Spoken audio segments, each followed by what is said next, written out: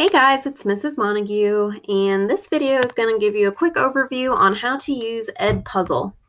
The first thing I'm going to do is type in edpuzzle.com, sound or spelled just how it sounds, so you can see how to spell it here, EdPuzzle. And as you can see, they advertise that you can make any video your lesson. So it might be a video that you have made yourself, it might be a YouTube video or any other kind of video that you have access to that you then want to customize to use for one of your lessons or one of your units. So the first thing that you need to do is create an account if you haven't already by clicking on that blue sign up button at the top. I'm going to quickly log into my account because I have already created it. And as usual, I just connect to my Google email address that I've got for the county. So I just log in with Google and it takes me right to my page. So you can see here that it's going to first just give me a general overview of videos that are trending. And I'm betting that these videos will probably change out pretty rapidly over the next few weeks since we've got so many school closures across the United States. There's probably going to be a lot of people using this tool. So I'm going to walk you through over here on the left side. So you've got your home.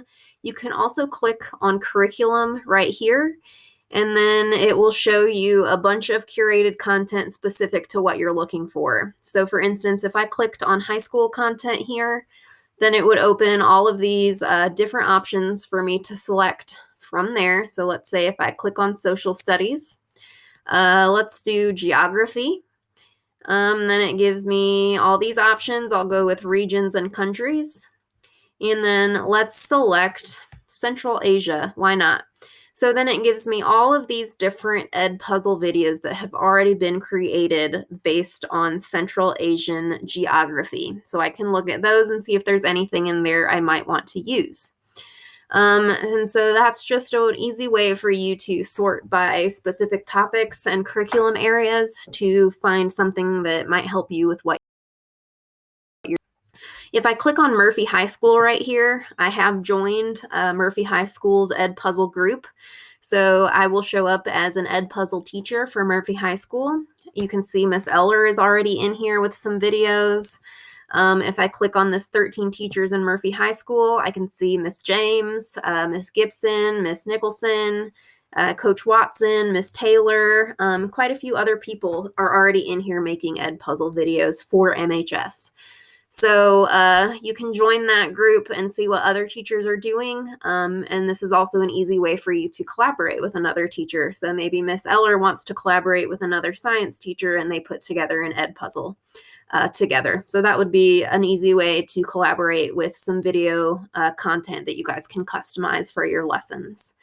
I'm going to click on My Content now over here. So My Content shows me any videos that I have already created with EdPuzzle.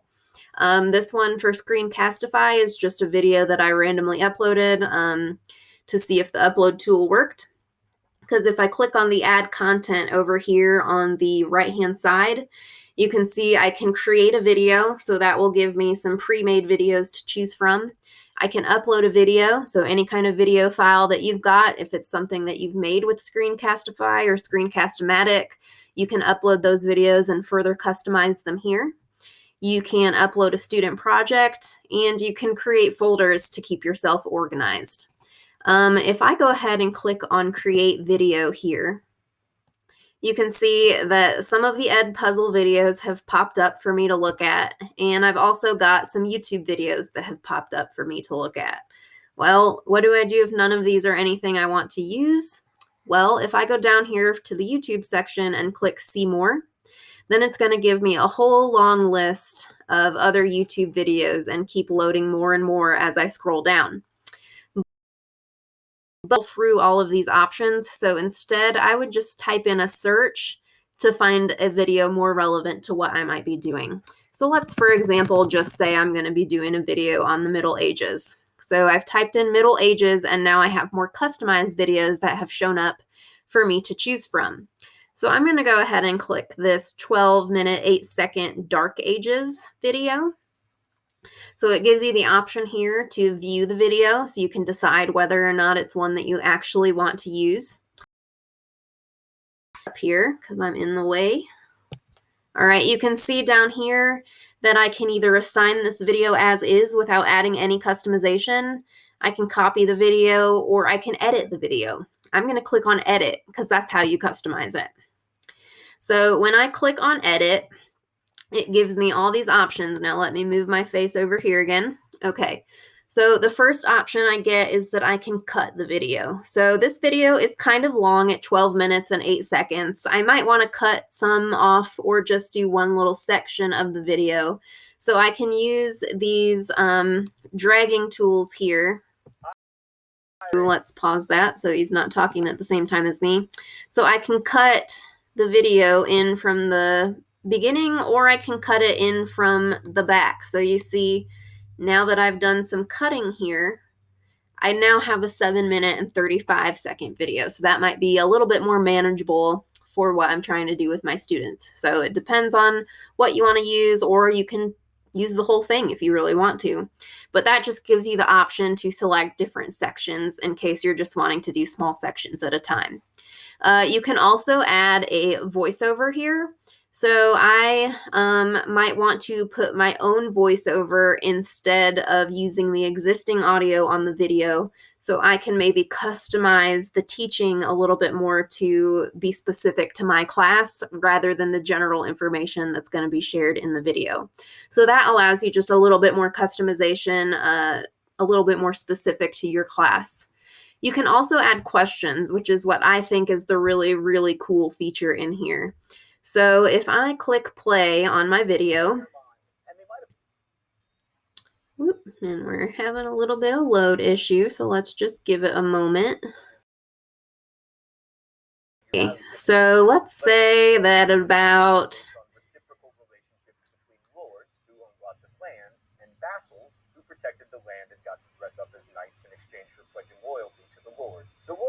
Alrighty, so let's say I want to put a question in right here. So I can click on a multiple question, or a multiple choice question, excuse me, or I can add in an open-ended question, or I can add in a note. And of course, a note is just going to be like maybe some additional information that I put in there that I think would be relevant to my students. I'm going to actually select a multiple choice question. Now you see here, you can put in your question.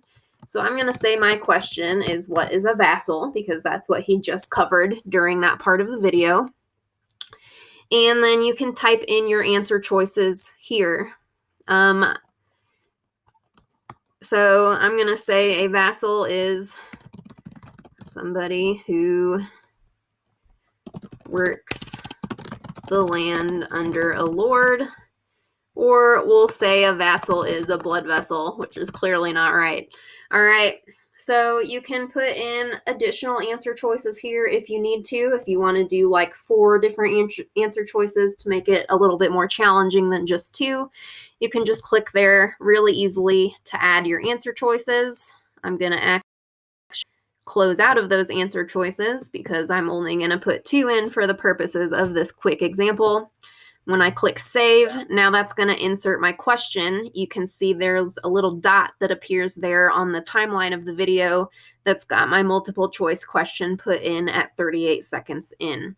So if I back up the video, let's say to 23 seconds and let it play just for a moment, we're going to see what happens with my multiple choice question here in a moment.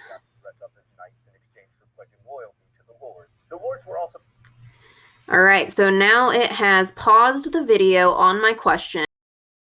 And the student would click their answer for that question and then click continue for it to automatically grade the question and then continue on with the video. So it's a nice way to put in some little assessment checks for your students as they're watching a video. It makes sure they're paying attention and gives you a way to understand what part of the lesson your students are understanding and what part of the lesson that you think your students might need a little bit more assistance in. I think that that's a great way to a little bit of assessment with your video and make sure that they're engaged while you're using video content to teach. So I'm going to click finish, say that I'm done editing. Of course, I'd probably really want to put in some additional questions and things in this video if I was actually using it. And I would do a little bit better job on cutting and that kind of thing. But you get the general idea. That was basically just to give you an example of how you would create a video in here. So it's going to take you back to this home page where you've got your video. You can see my one multiple choice question is built in right here. And then from here, I can assign the video to a class. And I can put in what the start date is, what day it's due. I can tell them to prevent skipping on the video. So that means that the students can't just fast forward through the video and answer the questions without actually watching it.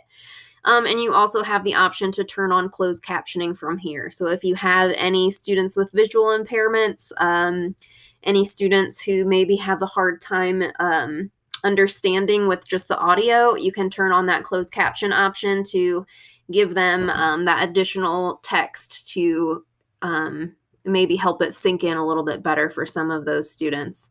I don't actually have a class in here yet, so if I move my face over one more time, it's just in the way during this video. You can see I have the option to add a new class, and I can put in my class name.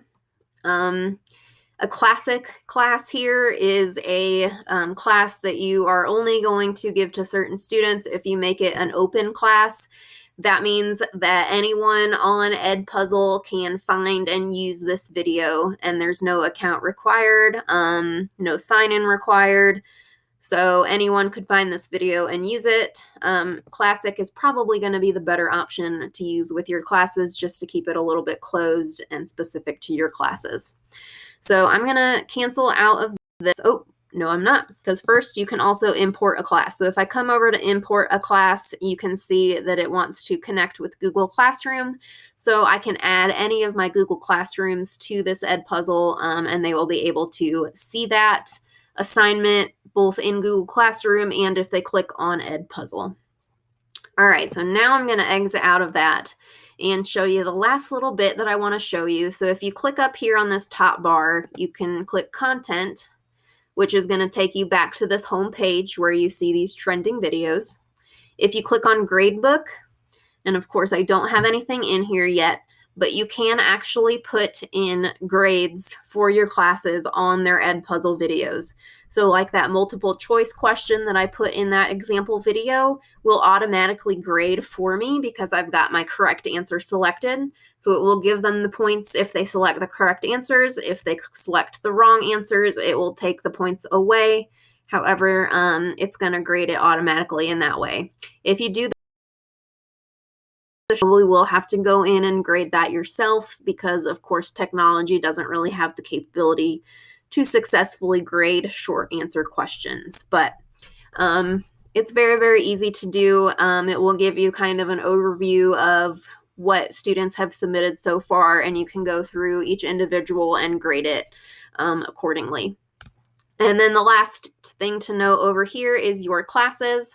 So again, here's an easy way you can add a new class if you want to create it manually, or you can connect one of your Google Classroom classes to the EdPuzzle video as well. And then last but not least, you see you can log out of your account from here. If you click on your little picture on the corner, you can invite other teachers to join. You can get certified in EdPuzzle to be a certified EdPuzzle educator. And you can see I've got only 20 storage slots used. So my Screencastify video and the Middle Ages video that I just created are taking up 2 of my 20 storage slots. If I wanted to get more space, I would have to upgrade to the paid account. So if I click on that, you can see the basic account is free. If you want the pro teacher account, which gives you more storage and more analytics on your students, that's $9.50. Or if our school or district considered getting a package for the entire school, then it would be just based on whatever quote, depending on the number of teachers, etc. So I just have a free account. It's worked perfectly all right with me. You can see if I go over to my content here, I now have this Dark Ages video with one multiple choice question in it that I have created.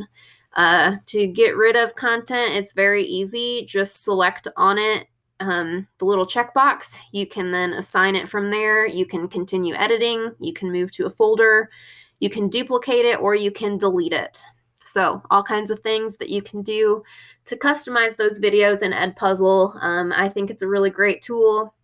I know Miss Tashina Eller is a certified EdPuzzle teacher, so if you've got any additional questions, she might be a good resource as somebody to ask, or you can always ask me as well, and I will be glad to help. So if you've got any additional questions, need more information, or need help creating your first EdPuzzle, I would be more than happy to assist. You just let me know what you need, and I'll be there for you.